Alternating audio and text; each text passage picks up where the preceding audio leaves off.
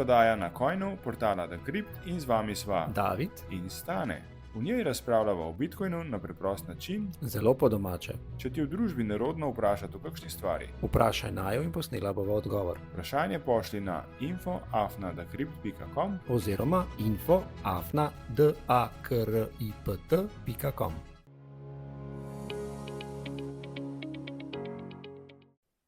Tokrat bo razkrila še dva načina za nakup Bitcoina, to sta storitvi Peter in Robosets. Odgovorila bova poslušalcu Dragu in skušala razložiti, zakaj drugi kovanci nikoli ne bodo Bitcoin. Tema dneva, ne? Tema dneva. Bitcoin in njegove kopije.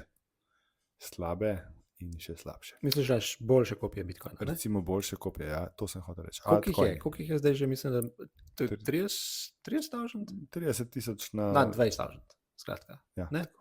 Ja. In vsi boljši kot Bitcoin. najmanj. No, kaj so to altcoini, David? Altcoini so kovanci, ki niso Bitcoin. In skušajo biti boljši Bitcoin, posnemati Bitcoin, kakšni imajo zelo podobno kodo, tudi spremenijo sam parameter. To je vse Satoshi naredil, ne? Absolutno, to je Satoshi naredil vse te, vseh 20 plus tisoč. V Excelu. Ja, Excel je kar priročen za vse te stvari, a v bistvu sploh tudi Excel ne rabiš. Ne? Tako da te altcoini ali po domače imenovani tudi shitcoini, včasih tudi do Excela ne pridejo, ne? Ker si predstavljam, da 99% teh ni nič drugega kakor en marketinška akcija, kjer nas nagovarjajo, da pristopimo v njihovo shemo, pokupimo njihove kovance in nas odpeljejo, kar pač kamor nas odpeljejo. Ne? Ampak, deva zares, a se to res dogaja? A imamo kakšen primer takih prevar? Kjer je bil ta večji altcoin? A kaj pokazal, zakaj je shitcoin? Ja, Ja, Terra Luna, na primer, je v eni izmed teh večjih, ki je ujel zelo veliko uporabnikov. kako smo mu rekli, to je bil nek stablecoin? Stable, deluje na algoritmični stablecoin, ali nekaj takega, ki se na koncu naslanja tudi na to, da je zavarovan z Bitcoinom, ampak mu to ni ratalo. Skratka, to so startupi, če tako gledava, ki izkoriščajo naivnost ljudi, ki se ne spravijo pogledati, kaj dejansko je zadnji.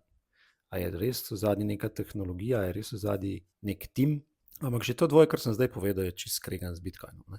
Bitcoin nima ne enega dediciranega tima, nima marketinške ekipe, nima CEO-ta.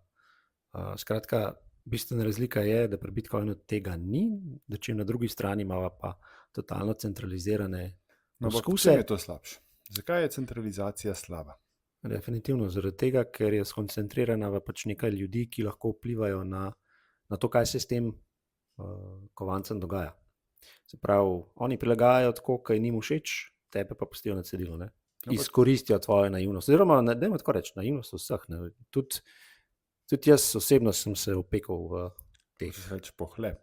Pohlep, absolutno Vsi je smo pohlep. pohlepni, ne? Vsi smo malo pohlepni in ker smo pohlepni in ko smo pohlepni, vse te naše kontrole padajo. Ne? Nič več drugega ni pomemben, kot sam ta denar, pohlep, ki ga vidimo, kako bomo zlahka prišli do tega. In ja, žal smo ljudje taki. No, jaz sva rekla, to je njihova šibka točka, ta centralizacija, ta ena entiteta, firma, fundacija, človek, skupina ljudi, ki lahko kontrolirajo, kaj je vse pri shitcoinu, zakaj je to. Vse, kar hočejo, se pravi, in samo količino, koliko ga je, koliko ga bo. A je to sploh omejeno, ni omejeno, neskončno. Po drugi strani pa tudi, če je definiran tega, koliko bo nekih kovancev, lahko to jutri spremenijo. In tukaj ti prav nič kaj veliko nimaš pri tem. Tudi, če pogledava, tudi drug največji, tudi Ethereum kot protokol, ali kakorkoli že rečemo temu, je tudi zelo blizu centralizacije. Zdaj Vitalik pa še kdo so tisti, ki imajo kar nekaj, ne? No, ne vem, koga imajo, ampak mogoče naši poslušalci ne vejo, ali pa tudi vejo, upam, da vejo, da 70% Ethereuma je bilo pre-minanga, pomeni, da so si ga fantje, mislim, ne vem, koliko jih je bilo, 5 ali kakorkoli jih je že bilo v štartu, razdelili 70%, In zdaj si predstavljate, oni so imeli 70% vsega pri sebi. Zakaj so ga imeli? Kaj pa uporabnost teh alternativnih kovancev, ki jih lahko uporabljamo? Ja, to bi tudi jaz rad vedel, kje jih lahko uporabljamo. Praviloma ni neke dodane uporabne vrednosti. A ne? Kaj pa trading? Ampak ja, predvsem trading, ja. Predvsem ga se uporablja za trading in tukaj imaš pa ta pump and dump sheme. Se pravi, zadnji so marketinške ekipe, te zadeve so relativno poceni. Se pravi, če ti zbereš denar s tem, ko izdajaš kovance od uporabnikov, si prišel do kapitala, s katerim financiraš marketinške akcije, podkupaš oziroma plačaš, ne vem, kako podkupati, plačaš vplivneže na različnih kanalih, ki potem tvoj kovanc predstavljajo kot oh in sploh.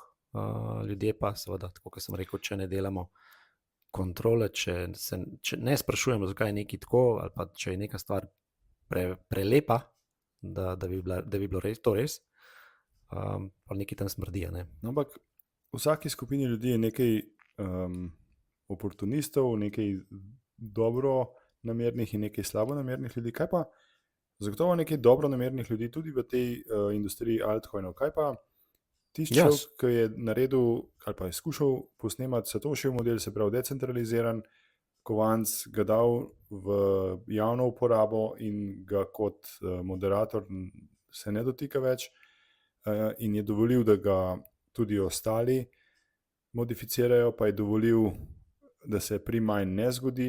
Kaj pa z unimi, ki se niso prijeli? Zakaj je ta kovanc nezanimiv? Bitcoin je bil prvi, ima ta network effect, ki rečemo. Se pravi, smo ga ljudje začeli uporabljati, ga prepoznali. Lahko rečem, da vidimo neko prihodnost v tem kovancu in ko se enkrat ta kepa začne valiti, postaja čezdalje večja. In ta moment ni uspel nobenemu drugemu. Tako je trenutno v bistvu Bitcoin edini in jaz mislim, da v tem trenutku nima konkurence. Še kakšen problem ali pa dobra stvar? Mogoče pa je kakšen projekt, pa ne vemo za njega, ki ima dobre namene, ki bi rešil dejansko kakšen problem, ki ga imamo. No, pogosto kot problem naslavljajo hitrost transakcije, kar te altcoini hočejo rešiti. Ja, drži in so vsi ful hitrejši kot Bitcoin, ampak noben to ne vzame v obzir, da ima Bitcoin tudi Lightning. Ta Lightning je pa, lahko rečemo, da konkurenčen vsem tem hitrim kovancem. Plus, da se naslanja na Bitcoin kot najbolj varno omrežje. Tam so pa centralizirani baze podatkov, ki jih seveda lahko hitreje tečejo. Pa imamo pa pri hitrosti transakcij, pri hitrosti potrjevanja transakcij še en problem. Previsoka hitrost. Ja, in pol je problem konsenza. Se pravi, da se vsi validatorji ne morejo strinjati dovolj hitro. Kaj je dejansko res? Kater ledger je pravi, kater zapis transakcije pravi. Mogoče lahko rečemo še glede same likvidnosti. Likvidnost načeloma pri vseh teh kovancih je nizka. In ker ti, če zaideš, pa kupaš en kovanc tak, seveda z velikimi očmi in to, kar sva prej rekla, pohlep nas vodi, pa ugotoviš, da to ni to, imaš pol problem ta kovanc prodati. In rečemo, da ostaneš z polnimi žepi teh kovancov, ki nima z njim kaj narediti. Super. Kaj pa je z tokeni, se pravi žetoni? Imamo kovance in imamo žetone. Lahko še to malo zakompliciramo, Ja, jaz bi vsaj to povedal, da če imamo žeton, ki je del omrežja nekega kovanca, na Ethereumu imamo te ERC20 žetone, pa na vsakem blockchainu imamo še druge MRC, BRC, blablabla. Težava s tem je, da jih ne moremo premakniti, če nimamo matičnega kovanca. Drži. S čimer plačujemo nadomestilo validatorjem, da delajo transakcije, oziroma da potrjujejo transakcije. Jaz mislim, da je to glavni vir vrednosti alternativnih kovancev, ker uporabniki sploh ne morejo žetonov premikati, če nimajo teh glavnih kovancev. Ja, drži. Kar negira uporabnost ali pa smiselnost žetonov samih po sebi, ni?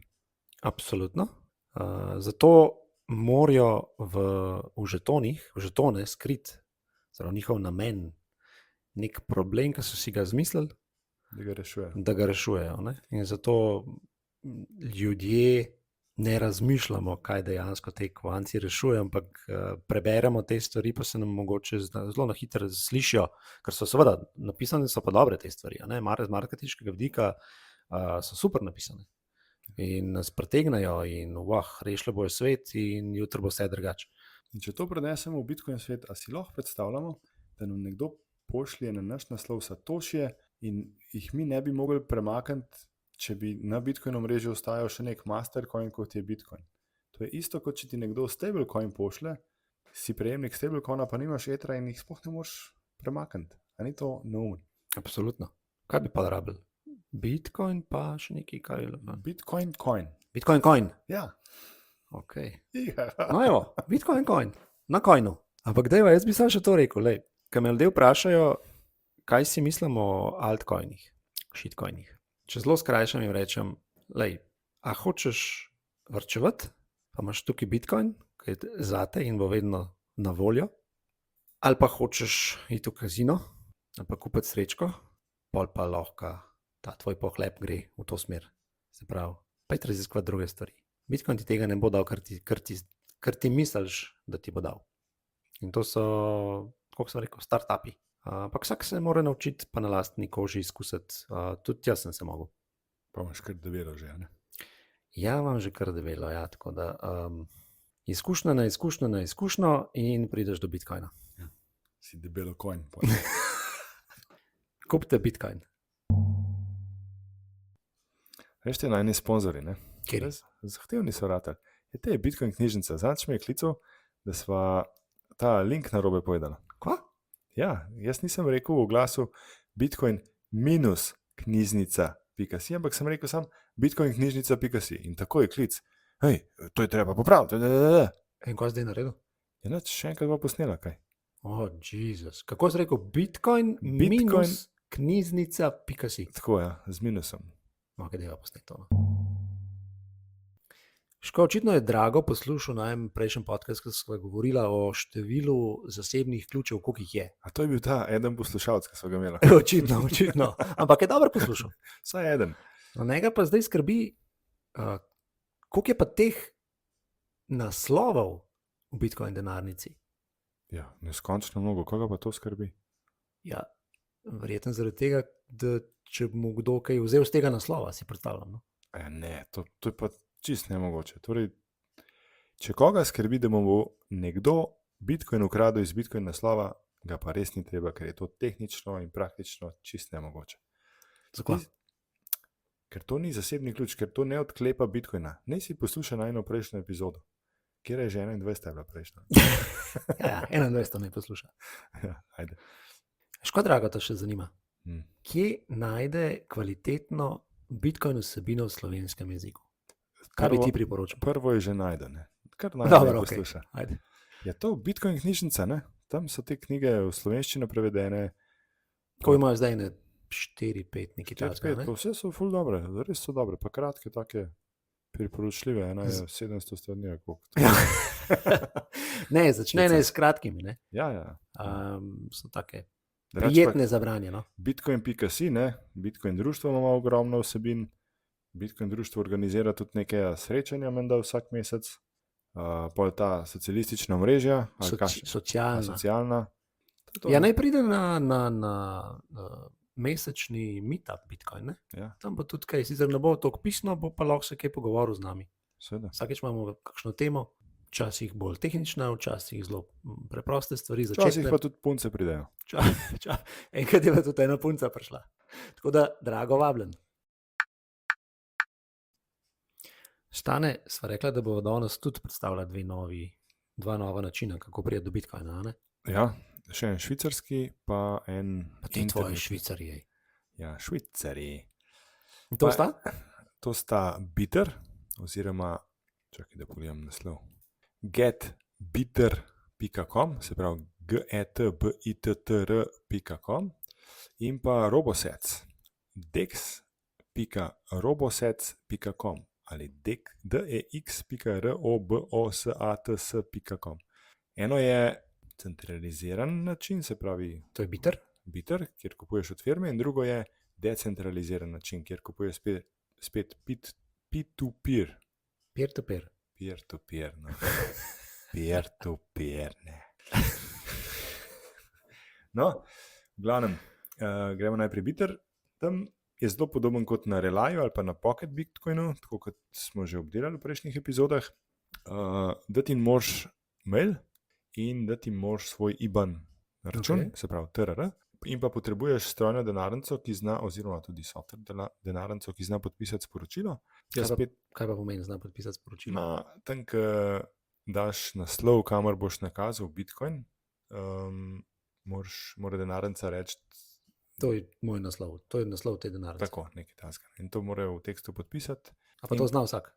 Pa ne čisto vsak wallet, ampak nekaj jih pa je. To je neka švicarska posebnost. Tako kot je luknja v siru pa to. No, jaz priporočam Bitbox. Bitbox app to ful lepo zna. Kar nekaj drugih denarnic tudi to fino zna, mislim, da tudi Blue Wallet. V glavnem, se registriraš z mailom, oddaš svoj IBAN, podpišeš tisti message, dobiš njihov IBAN, kamor boš nakazoval evre, dobiš sklicno številko od te firme, od Bittra, in potem nakazuješ. Tako, ta sklicna številka je tista, ki identificira tebe, ne? Da vejo. Tako. Okay. Ker IBAN je od vseh userjev enak, sklicna številka se razlikuje. Vsakič, ko nakažeš evre, ti takoj pretvorijo evre v bitcoine in ti pošljajo na tisti naslov, ki si jim ga dal. Provizijo imajo 1,5%, tako kot na Pocketu, pa manj kot na Relaju. Ja, na Relaju je, mislim, da osnova 2,5, pa z različnimi možnostmi, ki jih imaš, lahko znižaš, ne?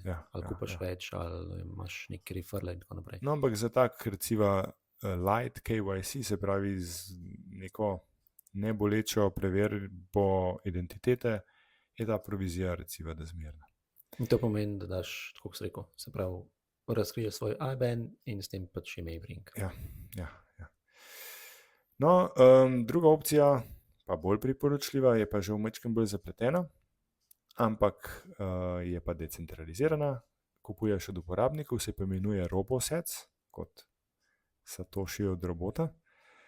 To je peer-to-peer tržnica, kjer vsak lahko objavi ponudbo za nakup ali prodajo, ali pa pregleda trenutne ponudbe od drugih uporabnikov in se odloči za eno, ki je objavljena. Zelo priporočljiv je Tor brskalnik. Mislim, da ni več obvezen, ampak je zelo priporočljiv in v Tor brskalniku to res super in hiter dela. Rabiš Lightning denarnico, to še nismo obdelali. Okay. Ampak bova enkrat, to je super hiter način prenašanja Bitcoina sem pa kaj. Še kaj rabiš? Telegram. Telegram, ne, v resnici ga ne rabiš. Telegram je ful uporaben, če ti objaviš trade, se pravi, da bi kupil toliko in toliko Bitcoina in čakaš kupca za to. In je Telegram v tem primeru uporaben, da ti Telegram pošle sporočilo, kupac te čaka, ne, zato da ga ne pustiš ti drugega čakati 100 let. Saj si zainteresiran, da prodaš ali pa kupaš. Okay.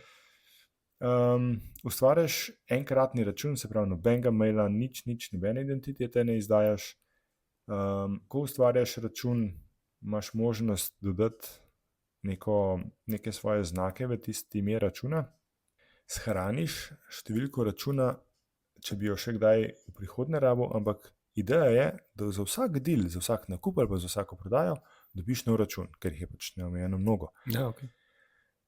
Torej se nikjer ne vodi evidenca, kaj si ti kupil.